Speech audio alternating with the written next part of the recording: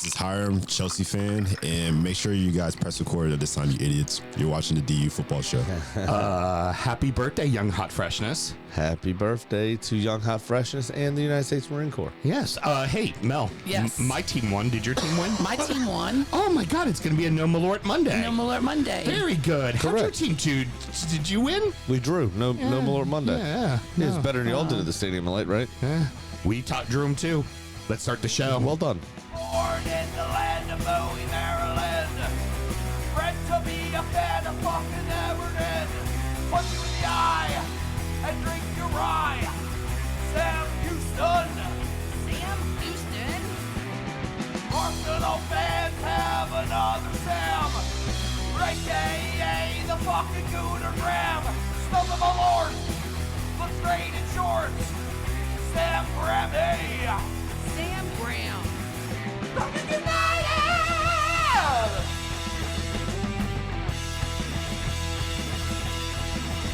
Fucking United!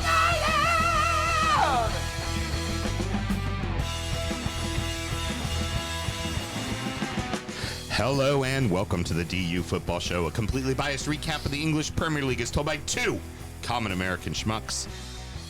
I am your host, Sam Houston, and across the way from me, a man who simply can't leave, Mr. Samuel Graham. How you doing there, buddy? Stuck. Yeah. Don't go. Feeling stuck. Don't go. Don't leave. Don't leave. Don't Don't leave. Don't leave. But she doesn't. There's no V Yeah. because she's only two. Don't leave. Don't leave. Don't leave. It makes it even more heart wrenching. Oh, you're like, I'm the worst father ever. Oh, it's the worst. And I was like, I have to go bye. Don't leave. Hand.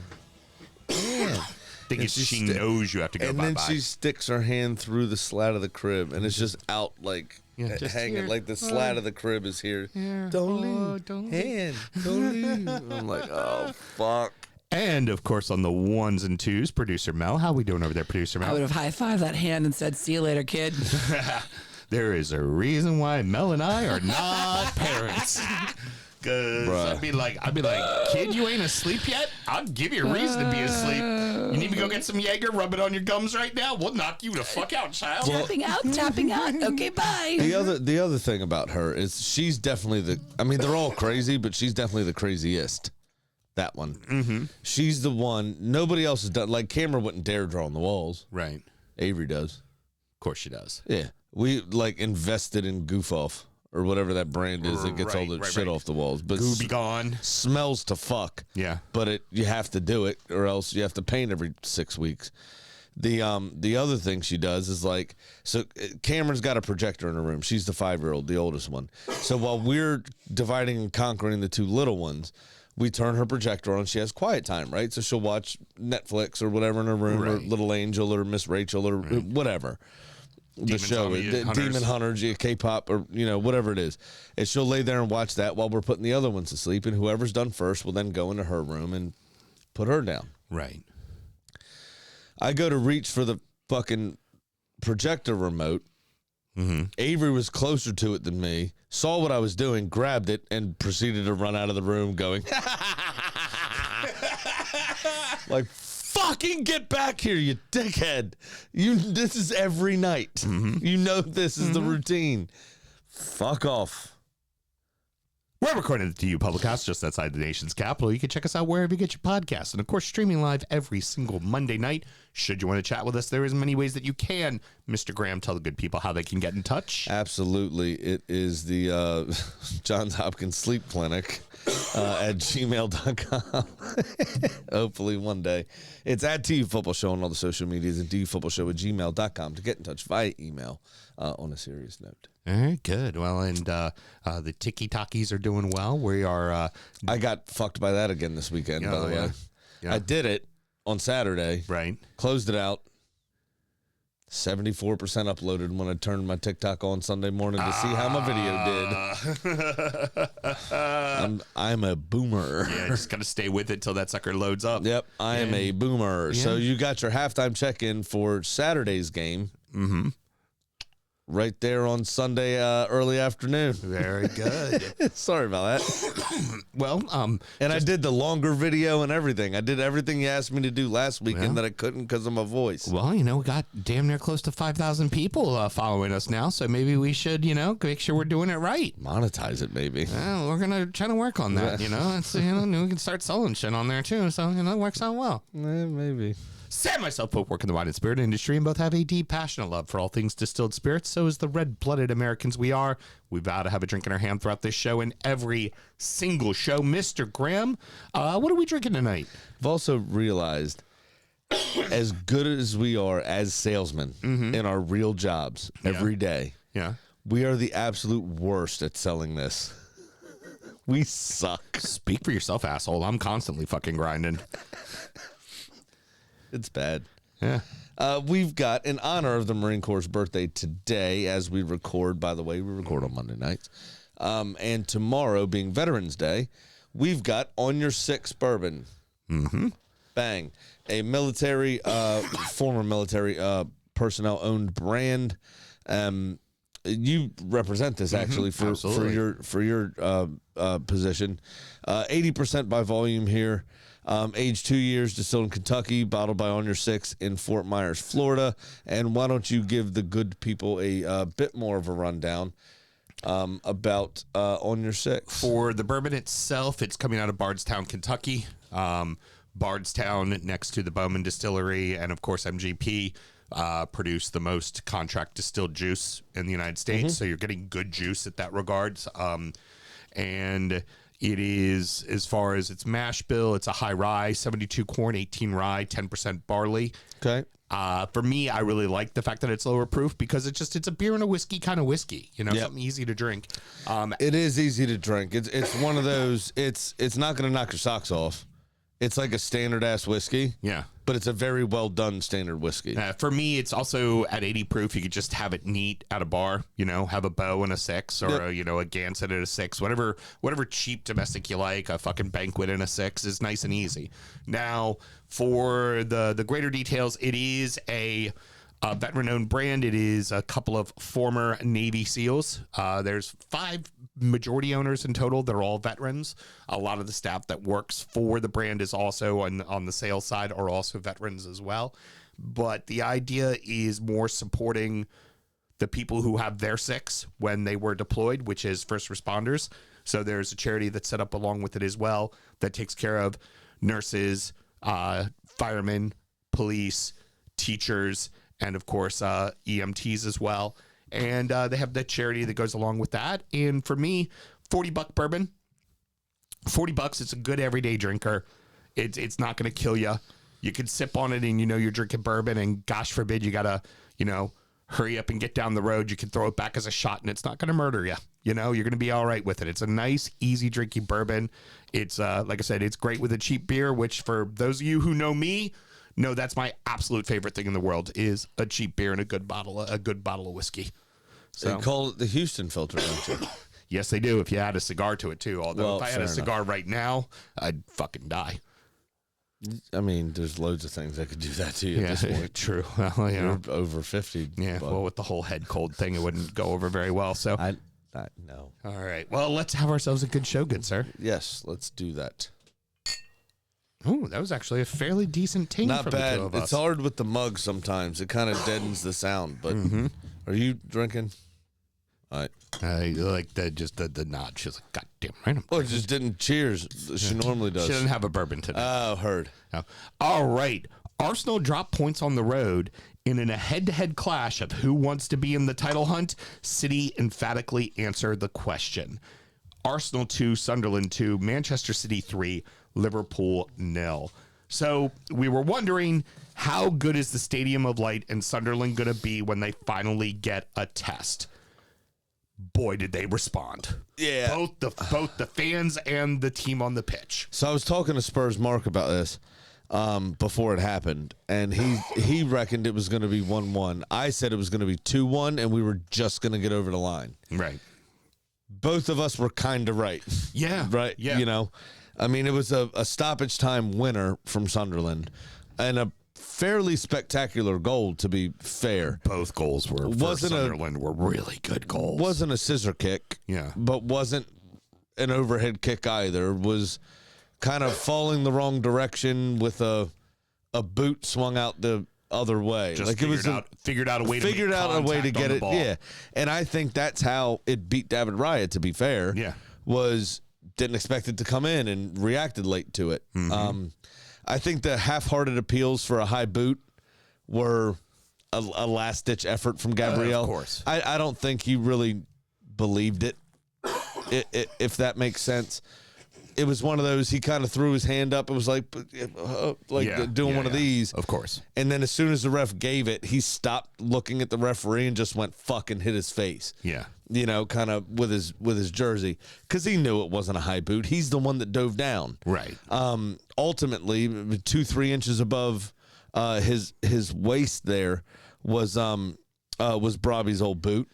So there's no way that's getting called for anything, especially when Gabriel's the one that's putting his head in that position. So the goalless streak comes to an end.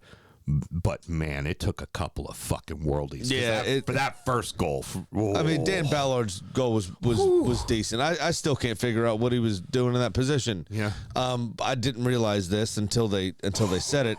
He actually spent most of his youth career in Arsenal's academy. Yes, he did. So you're looking at Granit Xhaka, obviously former captain of the club. You've got his, very well publicized character arc at Arsenal. Right. And then we turn around here. With Ballard being in the academy, we're kind of rife with academy players. As of now, Saka obviously. Yeah.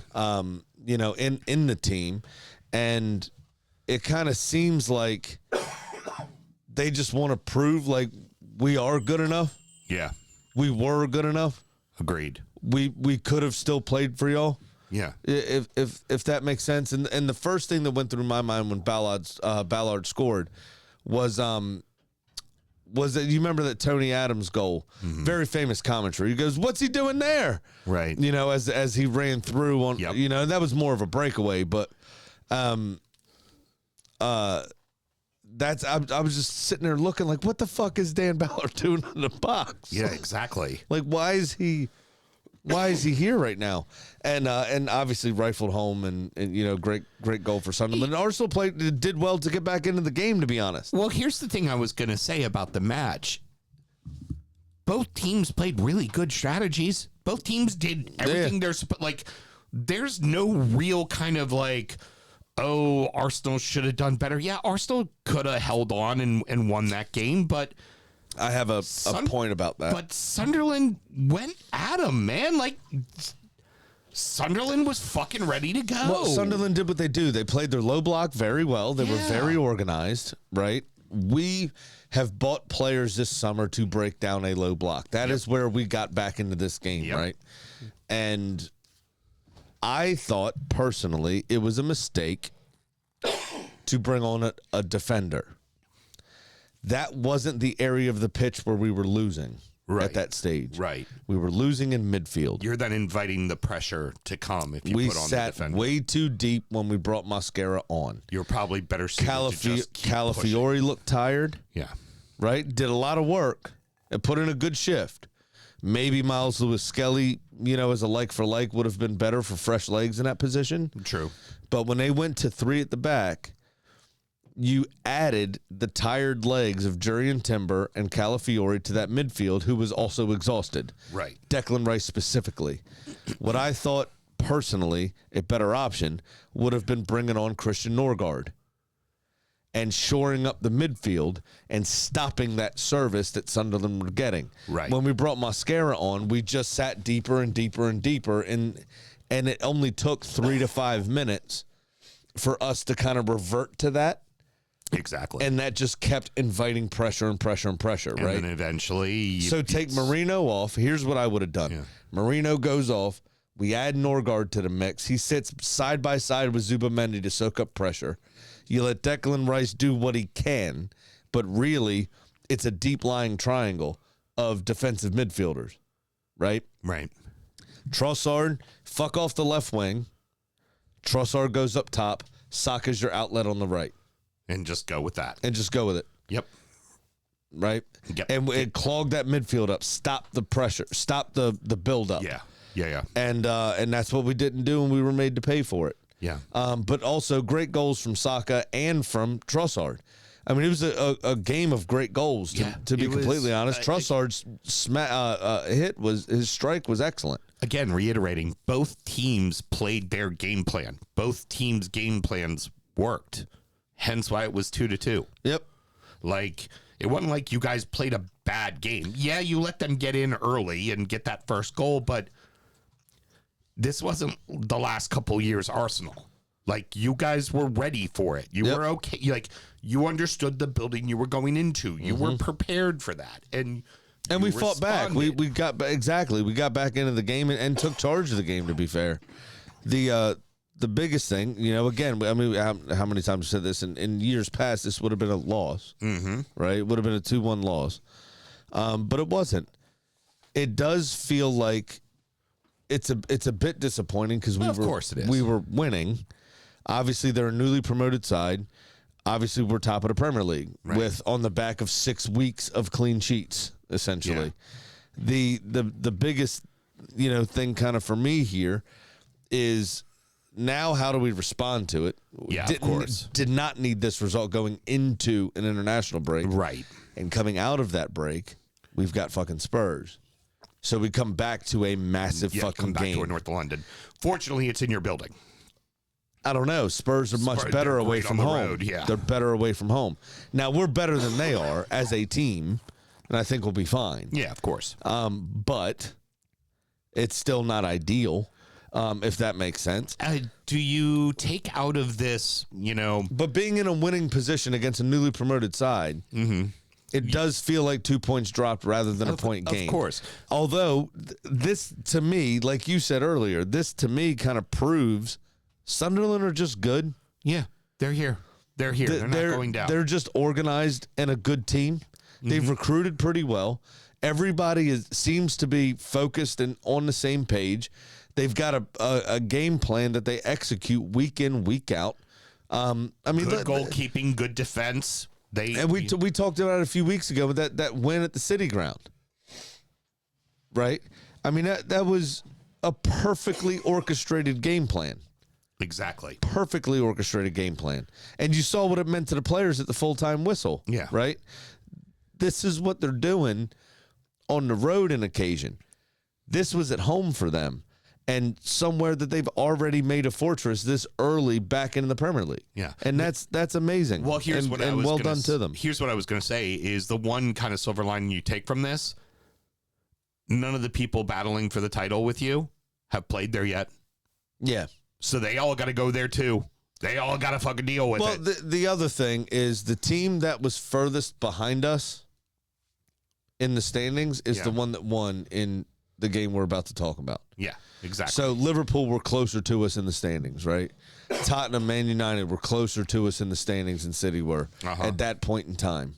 So they only picked up 2 points on us. Yes, they sit second in the Premier League, but we still have a 2-game cushion. Big statement from City to get this win. And here's the even bigger statement is not so much the 3-0 win. 3 different goal scorers. Yes, Haaland got his goal, but it wasn't just Haaland. It was like Doku had himself a fucking day. Doku easily best player on the pitch. Whoa. The other the Nico goal was fine, but it was mostly Van Dijk not being able to sort his feet out. Right, of course. Not really set. I think Mamardashvili had that covered. To be fair to him, but that little touch off the side of Van Dijk's foot is what took that goal away. It was a cagey start though, as most of these kind of quote unquote Big Six classes tend to be. So there's a couple to throw at you. Was that a pen for you? Yeah, it was. Yeah, he caught him twice. I mean, the first touch isn't much. Yeah. But the knee is what really does him in. And Doku tried to stay up by my recollection of it. And you even saw him swing his right boot, and because he was off balance, his right boot hit about 4 inches before the ball, at least. It's a definite pen for me. That I don't disagree that it was a pen. It was a soft pen for me, and kind of felt like the soccer gods got it right because the pen got saved, you know? Yeah, I mean, soft, okay. I mean, there's contact, and it clearly puts him off. It's a pen. That's getting called a pen every fucking time. Yeah, again, that first little pinky toe he got to him, if it was just that, I'd say it was very generous. Yeah. But when that knee comes through and clips him just as he's lifting his foot up, that's what ultimately does it, right? So Holland's now missed 3. And I have another about a penalty later on that we were specifically asked by a good friend of ours. Agreed. That I'm not sure what he was questioning. Yeah, I agree. The Holland has now missed 3 pens in the Prem. I don't know the third one. This one was obviously one. The other one was the time Pickford saved him and jumped up and looked right at him and started pointing his head like I know where you're going. I live with you. Yeah. Both of those two were to the keeper's left. Okay. And it was funny. It wasn't particularly well struck. That's what got me is that the commentators were like, "That's a really good save." I'm like, it was a shit pen. Yeah. It wasn't a very it was on the ground and keeper didn't even have to do full extension. No, I think that's more mentally. It was a very good save. Yeah. It was, I just gave up this penalty. I need to compose myself and make a save, and he did. Against one of the most prolific strikers the world has ever seen. But it wasn't a good pen. It wasn't it wasn't a duffed Panenka. Mm-hmm. You know, he still had to do some work, but it wasn't the greatest save that's ever happened. No. I think it was more, I beat my own mind and saved this, made it quote unquote great, rather than the save itself. So for just for context, obviously City then score shortly thereafter, go up 1-0. What a header! But what I want also, how unfortunate for that defender. Yeah, was it Konate? Yeah, I think got a flick on it right off the meaty forehead of that Norwegian Viking. Yep, and it just pops into the far corner. Now, what I want to get to he's so good he scores by accident. Was Robertson interfering in the goal that was scored? So they kept focusing on him ducking out the way and whether or not he was in the sight line. Mm-hmm. If it was just that, I'd say no. What I looked at is remember Gylfi Sigurdsson sitting on the ground in front of 6'4" David Raya. David De Gea. Don't mix my man in with that, please. Thank you. He's a Spanish keeper that actually plays for the national team. In February was Holland's other miss. Ah, gotcha. What I would say, thank you, by the way, is if you watch the full clip right before Donnarumma dives, right before Andy Robertson's in that position and he looks up and sees the ball and ducks, he does, and it's completely by accident. Mm-hmm. He's not looking for it. There is a little bit of a bump on Donnarumma. Mm-hmm. And if you look at the dive for a 6'5", fairly explosive Italian man, it wasn't a very good dive. He does not get a full dive on it. No. And I think he was setting his feet. He bumps into Robertson, which hindered his ability to jump. Mm-hmm. Right? I think that's now. I don't think the referees explained it that way. No. I think they just took the cop out of he's in his eye line. Mm-hmm. But I think the bump is what did it, to be honest. I'm perfectly fine with it being disallowed. Now, it would have made for a better game had it been given, but I think it was perfectly fine being disallowed. I just think Pugmo gave the wrong reason for it being disallowed. I'll have a comparison in the second segment of a goal that got called back for being, quote, interference to the goalkeeper, and they weren't even in the way of the goalkeeper. Right. So, and it got called. So, sorry for your luck, fucking Liverpool. Get the fuck over it. I know. Yeah, I know you all love to be so ashamed of everything. For me, yeah, it was interference. You're in the sight line. Like you are between him and the ball, and you're in his sight line. For a keeper, as we know, you see that ball after the last fucking guy. Yeah. That's when you see it. That's when you see it. That's when. So even if he sees the ball going off of his head, he doesn't see it when he needs to make the save until it is past that guy. Yeah, no, I understand that. It is. I understand that. I just don't think that's what it is. I think they reached the right decision, took the wrong journey to get there. I'm with you. Because if you look at the dive, it was a shit dive. And that's not Donnarumma. He makes excellent saves consistently. He's much more explosive than that. Right. So if you watch the clip back, just before that, there's this wee bump. Yeah. And then he has to get himself reset and then dive again. Yeah.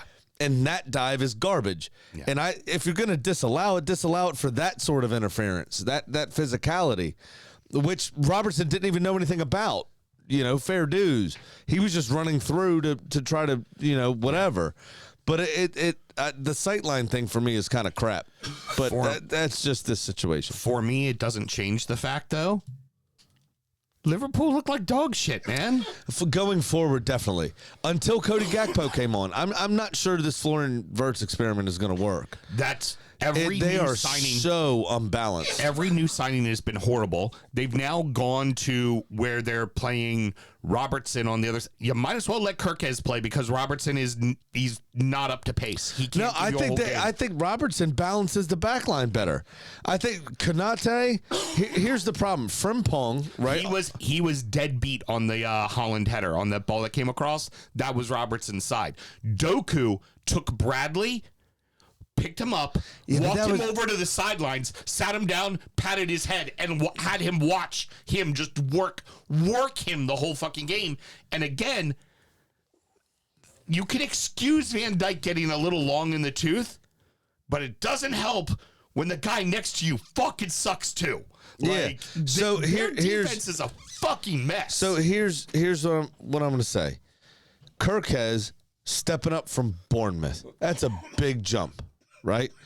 And Arne Slot said this when they made these signings. Frimpong, Kirkez, and Isak specifically, those three signings, he said in a press conference, these aren't signings for 6 weeks, they're signings for 6 years. Right. And yet he's felt the need to baptism by fire them the start of the season. Right? Yeah. Frimpong is Trent Alexander-Arnold defending, which is shit. Right. Without the passing range. Right. When Trent Alexander-Arnold, you could live without his defending because when he did get the ball on midfield, the defense went, fuck me, and backed off. Yeah. They stopped pressing. Right. Because he could pick you apart like he was fucking Zidane. Right? Frimpong can't do that. Connor Bradley, great defender, but he's not very good going forward, comparatively.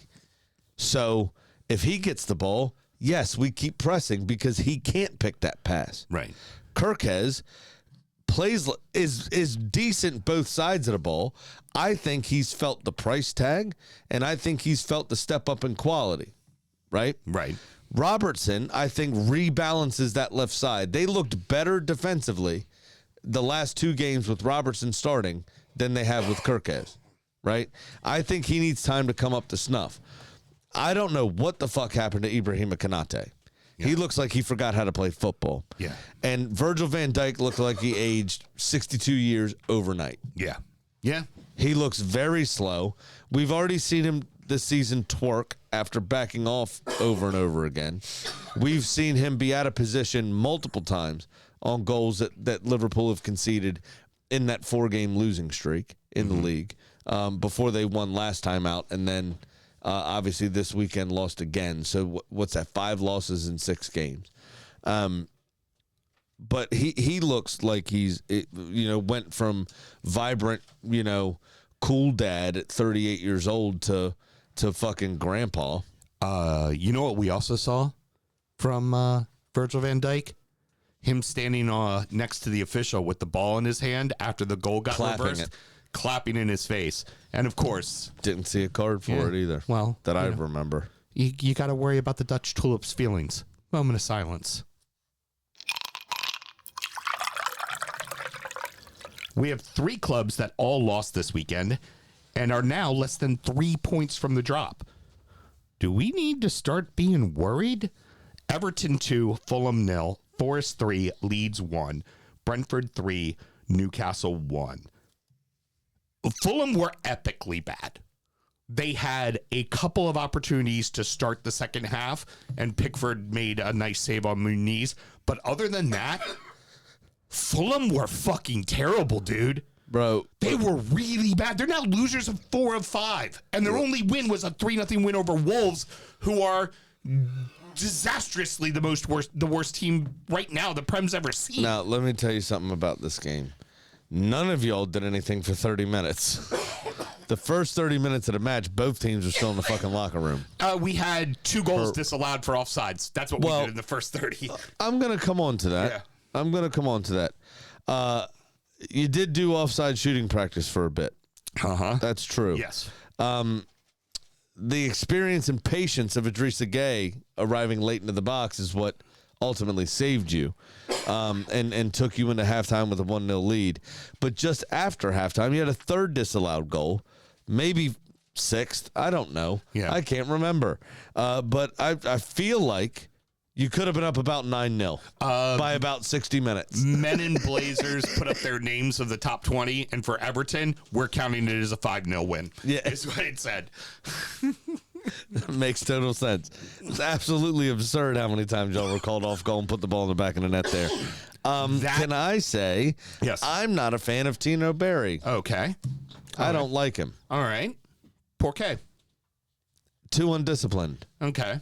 I mean, he's a kid. He needs to learn, 22. man, and learn quick. He started 4 games in a row. You can't stay on side. 2 in a row. Whatever. This is like Munetzi or whatever for Wolves. Yeah. Like, just stay on sides. Yeah. You're fast. You're fast. It's okay. Yeah. Start a yard on side. You will beat your defender. You'll get him. You are fast. You don't need to play on the shoulder. He was the one called off sides on the 3rd goal, and that's the one I want to talk about. I also don't like his face.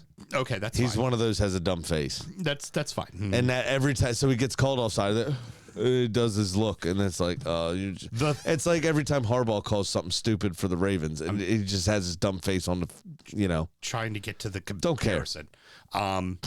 The 3rd disallowed goal, the one that Dewsbury Hall scored, yes. Deono Berry was called offsides for being outside the post, inside the box, behind a defender in an offsides position. Yeah. The On ball other went. side of The ball went behind him. He stuck out his foot, did not touch it at all, and then Dewsbury Hall scored the goal, and it was called offsides for being in a distracting position. He for made the a move goalkeeper. towards the ball. That's fair dues. But it was like, It doesn't matter. He made a move towards the ball. but the keeper was nowhere near it. Doesn't matter. Nowhere near it. Not a point. For me, like, if you're calling it that way, then I'm sorry, Robertson, you're calling it there too. Like, I still think Robertson should have been called offside for the bump. Mm-hmm. But I mean, it's not the same as Gilfy being laid down. yeah, by any means. sitting on his ass. But if you make a movement towards the ball, I remember a very famous. I think it was against Inter Milan for some reason. I think there might have been a second time against Tottenham where Thierry Henry, the ball was played kind of near him through, and he was offsides, and he did not move and just put his hands up like this. Mm-hmm. Right? No offside. Didn't make a movement. But if you so much as jerk towards it and affect the defender's decision making, offside. now That's how it goes. now for Fulham. In the end, also doesn't matter. 2-0 win. Yeah, It's 2-0 fine. win. It was an easy win. It was an Michael easy win. Keane with the fucking. Mickey fucking Keggers. Come on. Need a goal? Where's Mickey fucking Keggers? Right. He'll get in. And Idrissa Gueye's enjoying a bit of an Indian summer. Oh yeah. Well, it's Idrissa Gueye. Come on. Like we need like. Yeah, but he's getting goals. He even took his whole fucking, Lululemons and did a knee slide in the corner. I yeah. fucking love it. Yeah, he did the Dan Juma Yeah. Viper celebration for him because So Senegalese guy. But we're starting to see bad Marco, right? Where he doesn't seem to have an answer, where it doesn't seem to work. And we saw this at Watford. We saw this at Everton. Like, while he was probably the belle of the ball for a very long time as far as being in the short list of discussions for other coaching jobs, I think he's closer to getting sacked than he is Well, getting that next gig. The problem is who's Fulham going to get in, number one. Right, of course. But I don't think he doesn't. It's not like Fulham are playing absolute trash, right? They're playing okay. His forwards aren't getting him goals. Right. I'm glad he's finally starting Fred. Not Fred. Kevin. Sorry, wrong white name. Yeah. Kevin. Yes. Good thing he's finally starting Kevin. Mm-hmm. I think that will come good for him. I think Josh King will come good for him. I think he's gaining valuable experience, and he looks the business. It does not help that your most bitter rivals in terms of Fulham, you're looking at Chelsea, and Esteval has an end product. Yeah. And Kevin's also 3 or 4 years older than he is, or, what age? 21, 22. Esteval 17, 18, right? Right.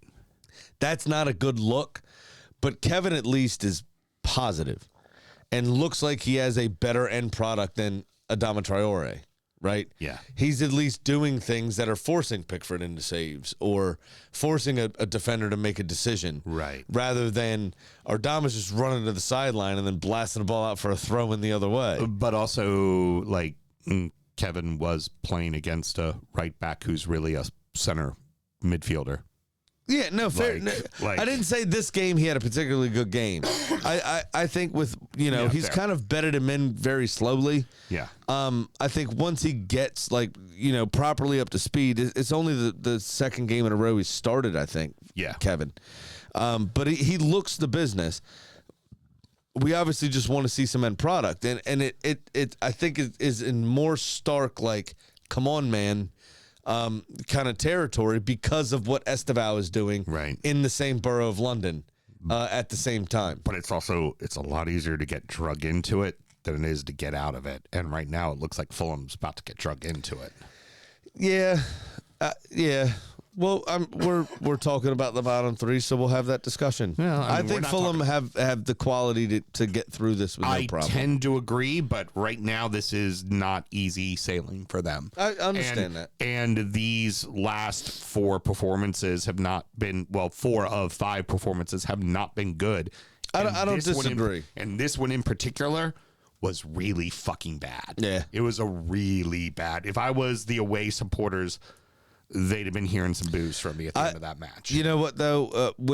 And Marco Silva said that he wasn't really supported this summer. Yeah. And I don't disagree with him. Yeah. That squad was not refreshed. No.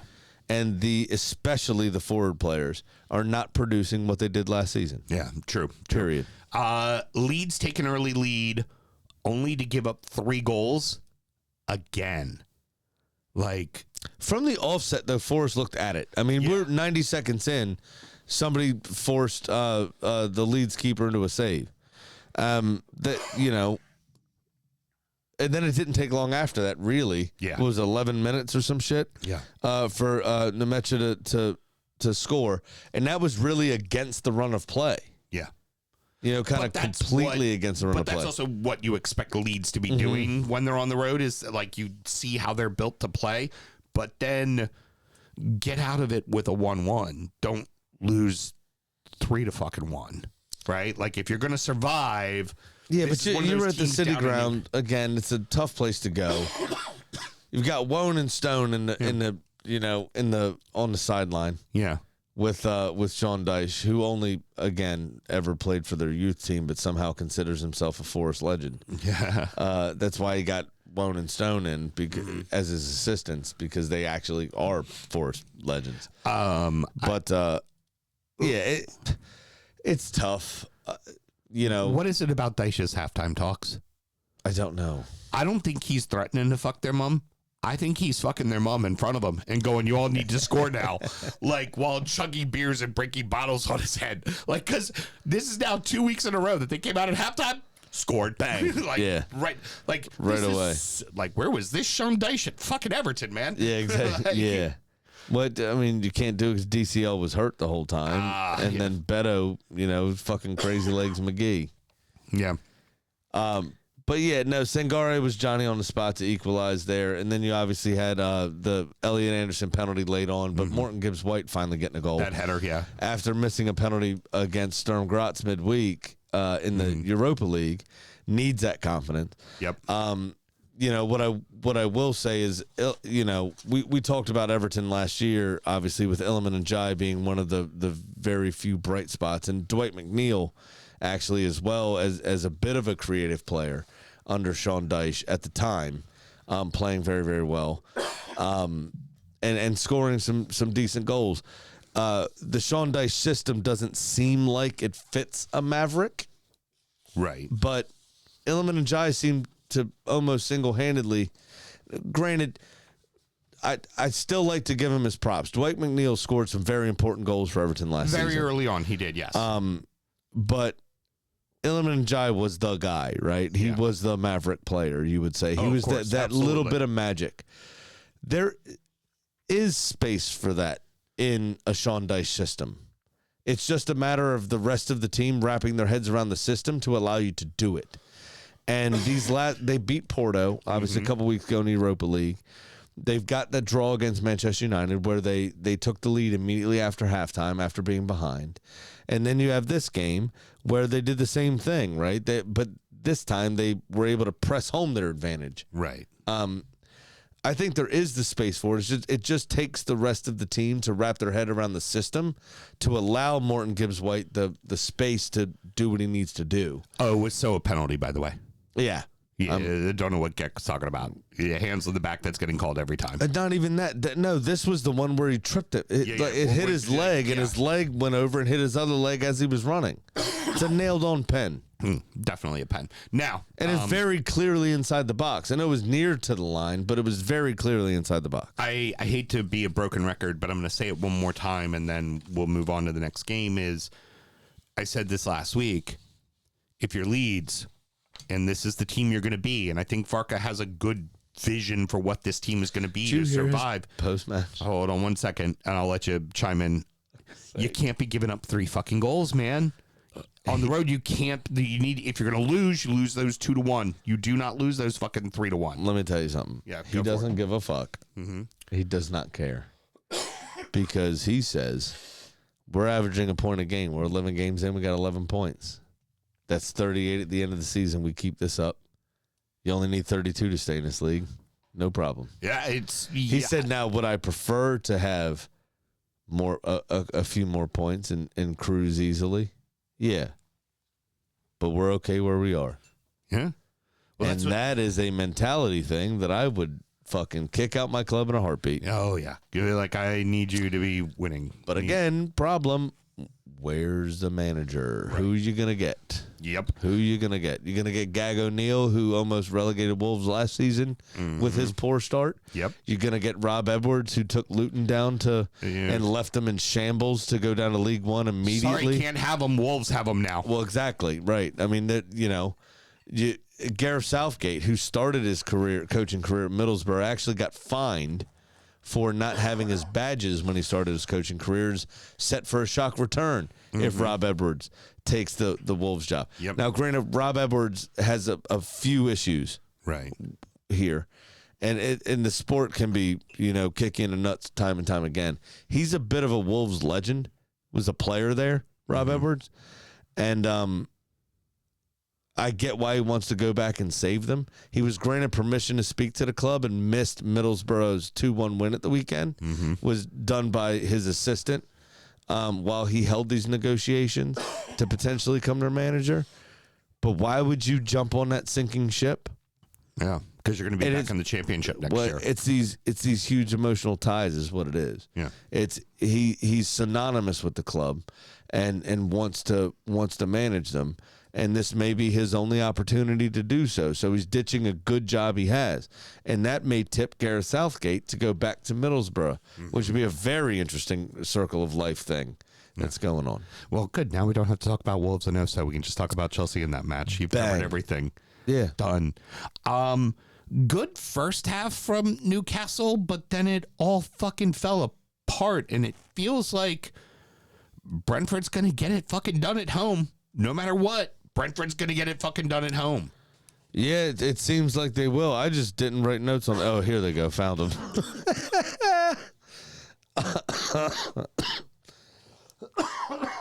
didn't help that we both did it at the same time. Exactly. Brentford were good value. Forced Nick Pope into a few very awkward situations. But Harvey Barnes took the lead for Newcastle again. And then Newcastle promptly fucked it off. Yeah. Again. Yeah. Yeah. Not great. No. Voltamades, I've had him in a couple of real money bets, just shots on target. Hasn't even been getting shots on target recently, let alone scoring goals. Yeah. Now he's occupying space, fair dues, fine. But he's not really doing the business.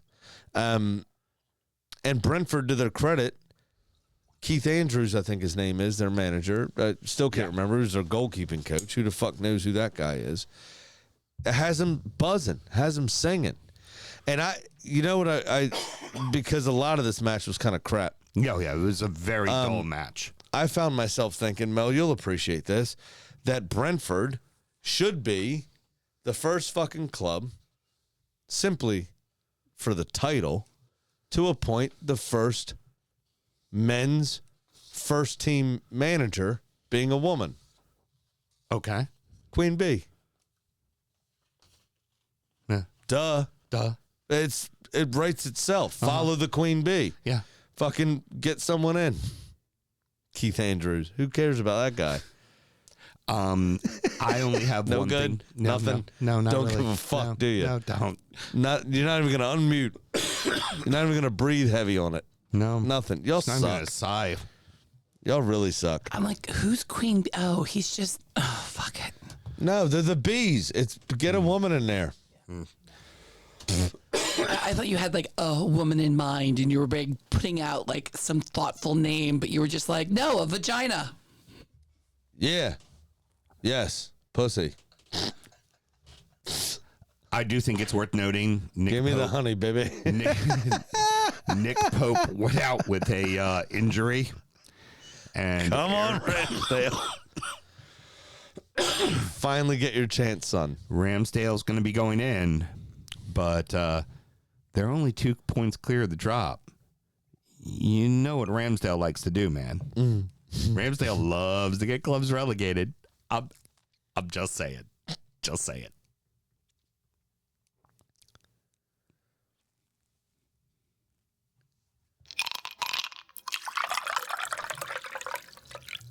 Don't worry, it'll be gone in post. Rounding out the rest of the league, so that happened. Spurs 2, Man United She's 2. writing that down and cut West it out Ham now. 3, Burnley 2. Chelsea 3, Wolves 0. Villa 4, Bournemouth 0. Palace 0. Brighton 0. Spurs and United was boring as shit until the 84th minute. It was the worst game, except for it was a delightful cross from Ahmad. Yeah. I mean, inch perfect.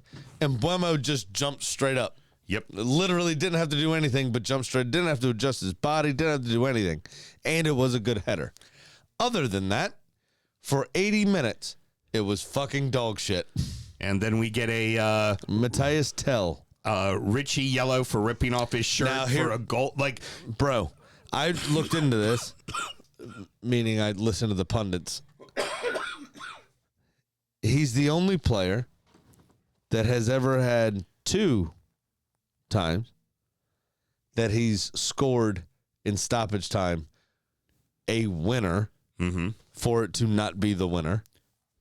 Now, he bettered himself by becoming the only person that's ever done 3. 3. Yeah. Also, he's the only person that has done that 3 times and received a yellow card for ripping his shirt off each time. I don't want to stereotype. If you look at footballers as a whole, they're a fairly superstitious bunch, right? Sometimes they don't wash socks. Right. Sometimes they, whatever. Don't shave. Most of them are fairly religious. Wear their hair the same way every match. Most of them are also fairly religious, specifically the Brazilians. Mm-hmm.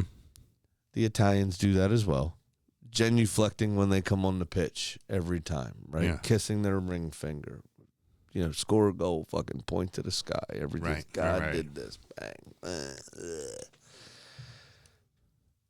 At what point do you become superstitious You're 0 for fucking 3, mate. Can't take off my get anymore. How many times are you taking your shirt off and looking like you're coming to tears because you scored this goal? And Matthijs de Ligt, you know what he did? Being Dutch. Mm-hmm. Gave a little salute and a wink to the television camera after he scored. The Dutch. A literal people. The one thing I will say for Richie, though, at least it wasn't like in the second round of the League Cup against Southampton in the championship. Like Ekitike, yeah. At least it wasn't that, you know. I mean, but to Ekitike's credit, Liverpool moved on from that game. They still won that game. Yeah, of course. Richarlison and Tottenham did not win this game. No. I do have one commentary on Spurs supporters, and I talked about this in my halftime check-in on Saturday on TikTok. At halftime, At DU Football Show on the TikToks also. Well done, whore. Hey, thanks. I give hand jobs. What was the thing? Hand jobs with direct eye contact. No, what was the thing you plugged in? You plugged it. It's definitely probably your business on sound check. I don't remember. I give happy endings. Oh yeah. The massage lady with happy endings, with the WhatsApp number that is everywhere in the United States. So clearly she's on the ball and definitely a legit business. Sure, she's on the ball. Yeah, all right, exactly. It's the only way you're gonna make me come.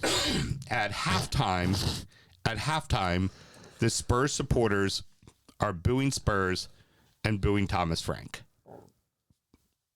I don't think it's Thomas Frank's fault. Just stop it. Daniel Levy's leaving the club. They already left. You've got a manager building a program for you. You're probably going to make Champions League this year. You're probably going to advance in the Champions League this year. As of now. Be fucking happy. Just. I'd rather them not be happy. I know you would rather that, but I'm saying for Spurs fans, be happy. Don't fucking lose your minds over this. This guy is a program builder. This guy is not a year one guy. This guy is going to build a program for you. And believe it or not, I feel with the bones he already has and the pieces they can buy, he can make this team a fucking title contender. So settle the fuck down when you're down 1-0 at halftime and booing them. Like, fuck off. Just fuck off. Yeah, I tend to agree with that point. What was on the pitch, though, Colomwani, shit. Mm-hmm. I don't know what happened when he left PSG, but he's been absolute dog shit. I guess he started his Spurs career with a bit of an injury, so it kind of stop-started. You have Solanke, who's obviously a very big upgrade on Richarlison, who's played been out all but 33 minutes this season so far. And then, they're without a lot of first-team players. Of course. Like Bergvall was still under concussion protocol for this game, right? He's been a very big bright spot for them. Mm-hmm. Brennan Johnson did something stupid in midweek in the Europa League, got sent off, right? Ironically, actually, it was the 10 men of United that equalized in late in stoppage time because Benjamin Šeško came on and got what seems to be actually a pretty bad injury. Yeah. It looked very innocuous when he went down, but even the referee was like, very quickly, like, please come over here. So that doesn't look particularly good. But just on Spurs in general, giving up you have fucking 3 minutes to survive, and you give up a goal from a corner, and no one's even near Matthijs de Ligt in that situation. He heads home with no problem. And United were at 10 men. Why was the ball even in your half of the field? Right. True. Right? So I kind of get the booing based on the team's performance.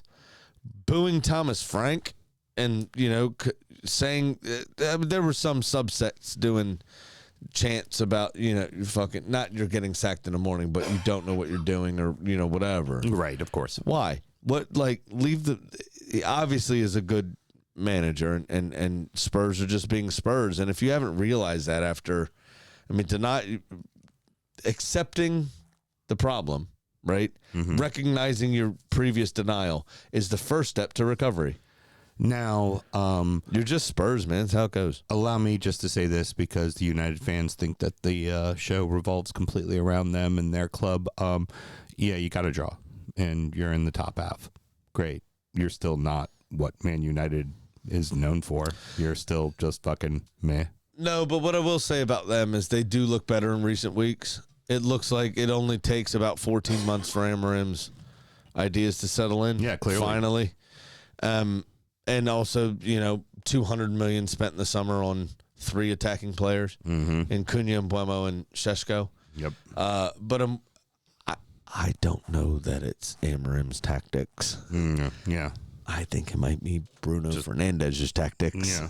Precisely. To be fair. All right, so let's keep it rolling because the rest of the week was, Nuno gets another win. It looks like things are starting to kind of bed in for West Ham, but they're still in the drop because, we talk about goal differential equaling points on the board, and Burnley are still out of the drop because Scotty Parker's defense doesn't fucking give up very many goals. Yeah, If they lose very close. But there's only like 2 or 3 goals that separate them now, and they are tied on points at West Ham, so they are properly involved now.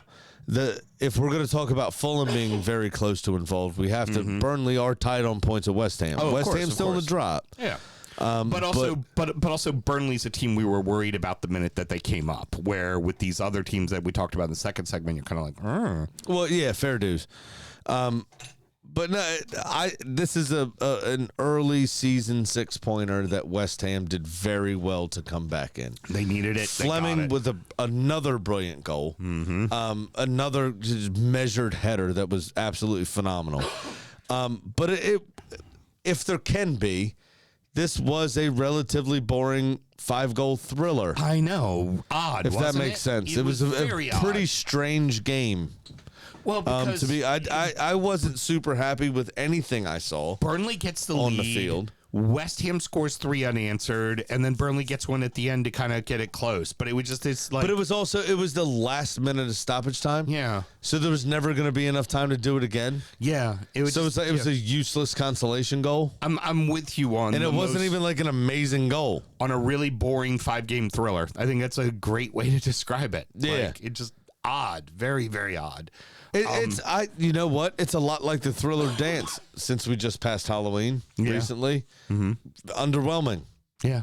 I don't think the dance is very good. Everybody loves it. Yeah. Ooh, scary. Yeah. Fuck off. Nobody's got time for that. You slap your thigh. Get fucked. You got me on that one. That's my laughing tonight is me choking to death. Yeah. There was a whole summer we did that. My brother and I had whooping cough. Yes. So that's a true story, Mel. This match was just inevitable for Chelsea. It didn't matter that it was 0-0 at halftime. You just knew. I don't know where it is. You knew. You just knew. It did matter because I had Chelsea over 0.5 goals in the first half. So I lost money on the match. Oh, well, real money. My kids' college fund money. Oh, then maybe you shouldn't be betting your kids' college fund money. Yeah, absolutely I should be because Tegan wants to go to med school. I need a secondary income. Heard med school. And Chelsea's not helping. Yeah. But yeah, no, it was absolutely inevitable. Sounds like Tegan needs to learn the art of waitressing if she wants to go to med school. I mean,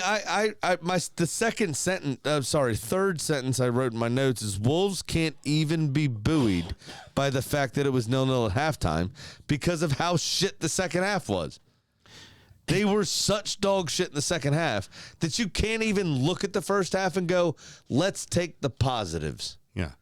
Because there weren't fucking any, really. I asked this. Chelsea dominated and got unlucky. I asked this question seriously, Sam. Can Wolves win? Don't know. There's no goals in the team. All of a sudden. Yeah, That's what happens when you sell all of your service. Riyad Ain't Murray and Mateus Cunha had how many goal involvements for them last season? I reckon about 80% of the goals they scored involved those two players in some way, shape, or form. Yeah. Right? Agreed. They do not have that. You also have Nelson Semedo, who was a real leader on the team, who got sold. They've got no one there to stand up and be counted. No. It's pitiful. Even Max Kilman they sold to West Ham, right? It's not great.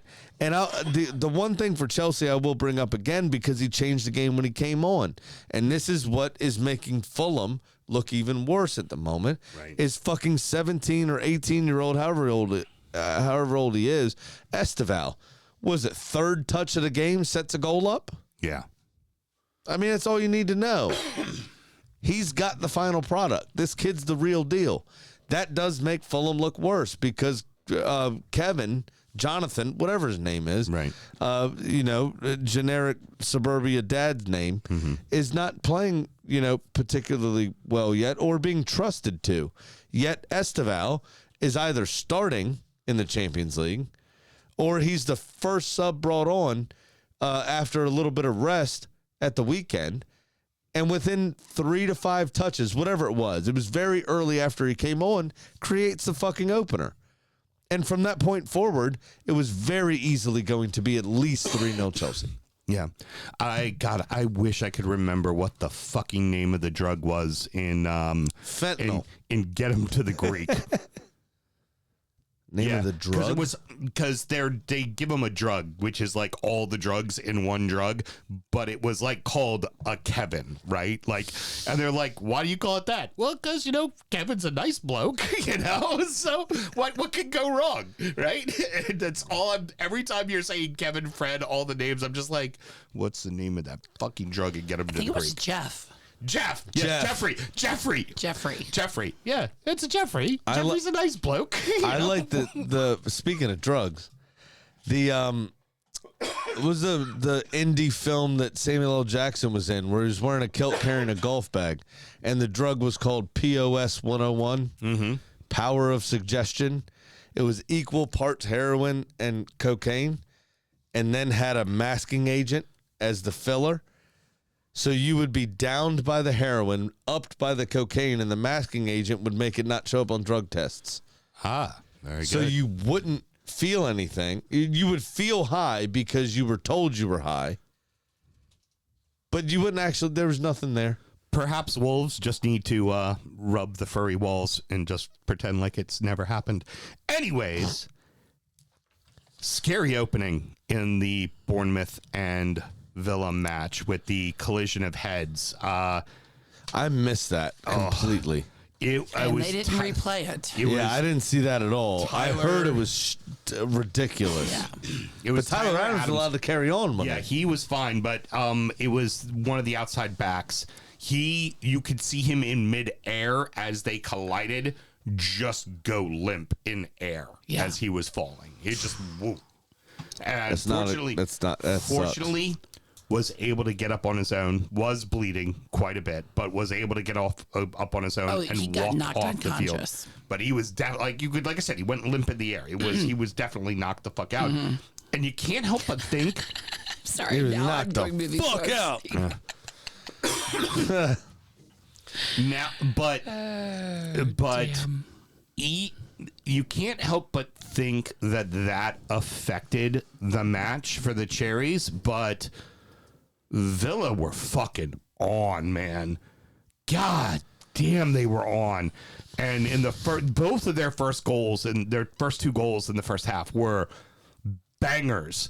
And they just seemed, and it felt like every time Bournemouth thought they could get back in the match, oh, wait, Emmy saves a penalty. Like, just they could not get back in. I mean, it was all Villa. Buendia made the free kick look so easy. That free kick was absolutely fucking ridiculous.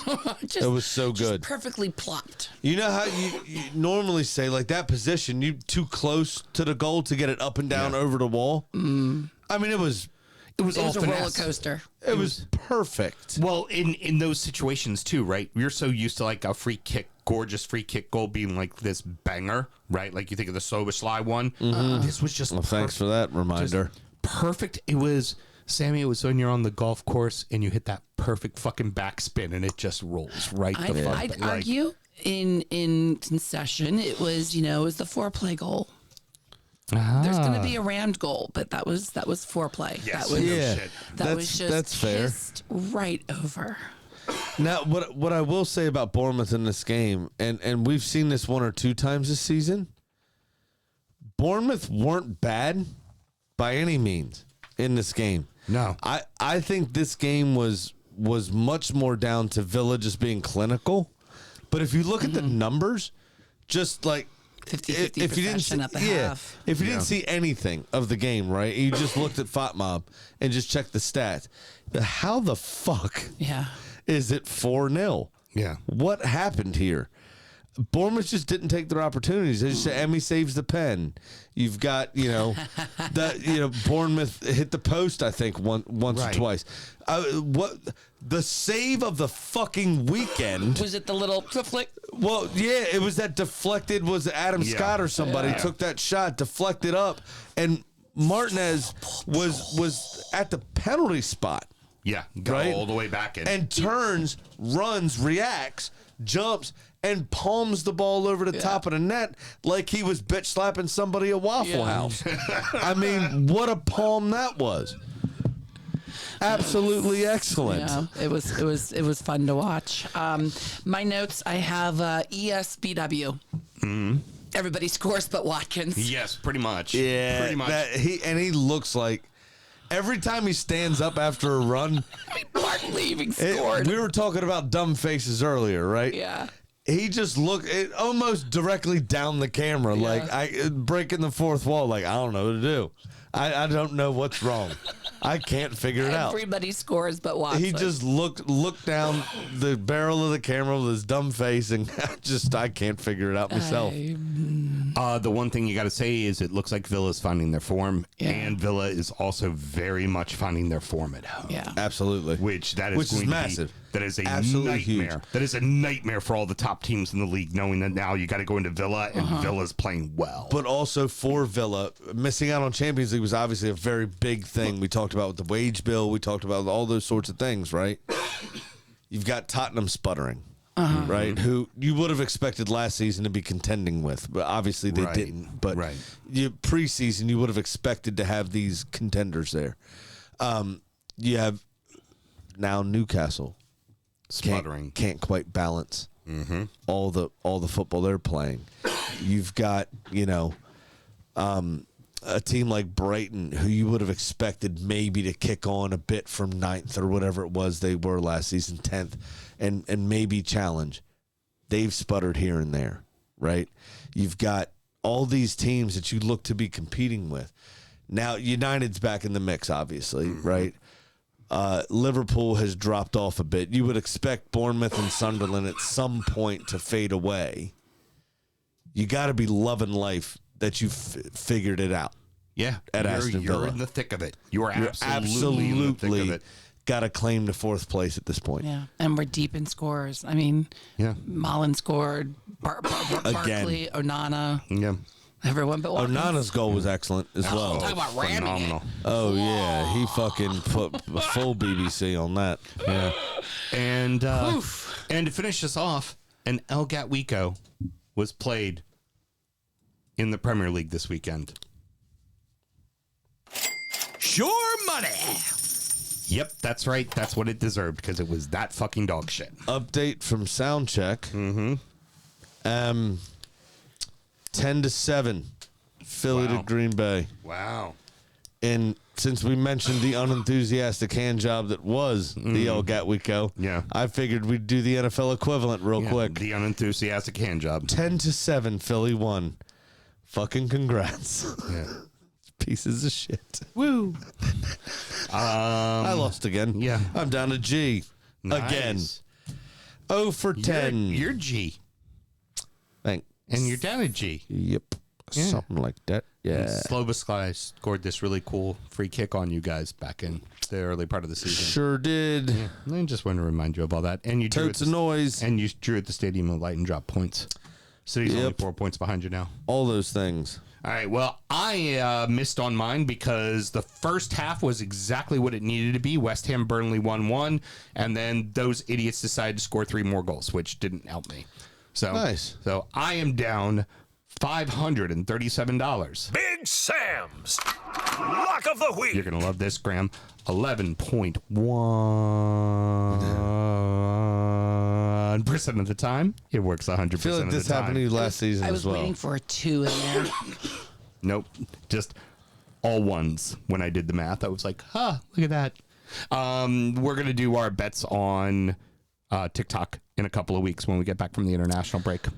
Update on the second unenthusiastic hand job in American football. I did place a $5 bet on DraftKings to win $38, and it hit. Nice. Very good. Good for you. On that unenthusiastic hand job. Well, you can bet on I will some hopefully things. translate that to the football on TikToks in a fortnight's time. Very good. Well, that's going to wrap it up, boys and girls. Mr. Graham, any parting words? Yeah, we didn't get to it last week, but I'm pretty sure it happened over the weekend last week. November 3rd. What's today, the 10th?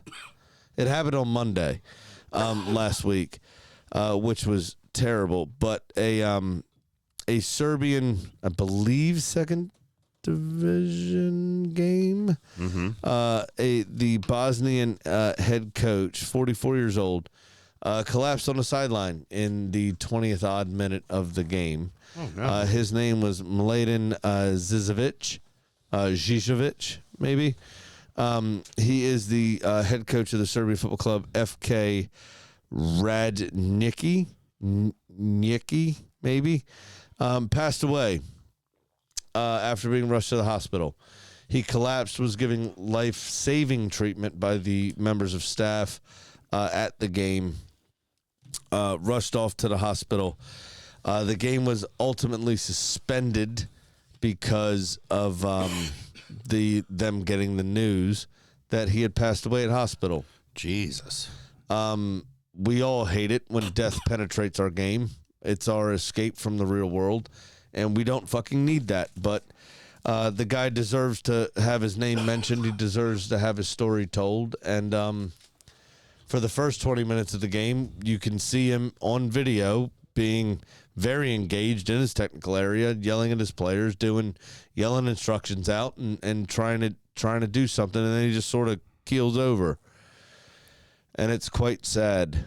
And I fucking hate all of that business. We obviously the most famous case in which we dealt with Christian Eriksen at the Euros. But it's just a horrible, horrible sight, and God rest his soul, if you're so inclined. Other than that, thoughts, and well wishes to his family and friends. Of course. Well, that's going to wrap it up for this week. Of course, we're going to take the international break off, but it doesn't mean we're not done doing the shows. We still have DU Does EFL coming up next. Right. Going to recap the rest of English football. And, of course, after that, we will be doing Injury Time, which is our preview show of the next week's action. So should you want to support the show, Mr. Graham, how do you go about doing that? Very easy. Patreon.com/DU Football Show. Sign up to that $1 tier. You get all the extra stuff that Sam's talking about. Very, very simple stuff. Till next week, everybody. Good night.